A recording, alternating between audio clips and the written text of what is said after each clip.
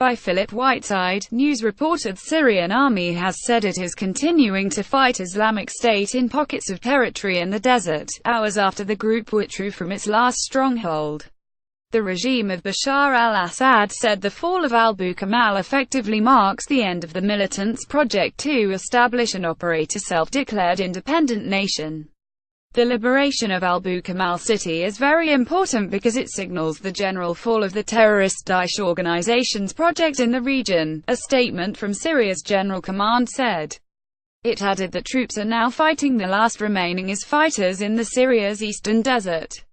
Video. British jihadi says he played PlayStation rather than fight for IS. US officials believe there were between 2,500 and 3,500 IS militants around Abu Kamal, including leading members of the group. It comes as police detained more than 100 suspected Islamic State group militants in a sweep in the capital, Ankara, according to state-run media. There are fears that many of the surviving members of IS may have slipped across the Syrian and Iraqi borders in an attempt to flee. Video. How should UK deal with returning jihadists? About 1,500 officers from Turkish police anti-terror and intelligence units took part in early morning raids on about 250 addresses, the Anadolu news agency reported.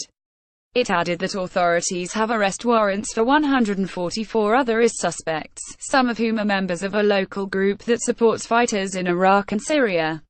CNN Turk said police in the northwestern city of Bursa are also holding 27 suspects, including some Syrians, over alleged links to Islamic State. Video. Deserted, eerie and dead inside Raqqa. Iraqi forces seized Qaim, the town controlling a strategic crossing between Iraq and Syria on the other side of the border from Abu Kamal, last week. It left Abu Kamal as the last urban center in the hands of IS in Syria and Iraq after the fall of Deir el-Zor last week and Raqqa in October. IS remains in the Iraqi village of Rawa and hold a significant amount of territory in Libya and some isolated pockets elsewhere. Video. How should returning British IS fighters be treated? A US-backed coalition, of which the UK is a part, has supported a campaign against IS in Syria by Kurdish and Arab militias.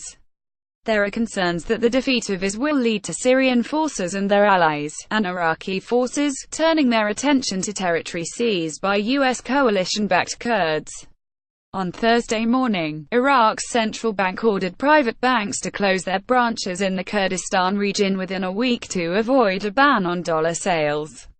Meanwhile, a top advisor to President Assad said Syria would not give on Kurd-occupied Raqqa and regards US and Turkish troops as illegal invader forces which it would deal with.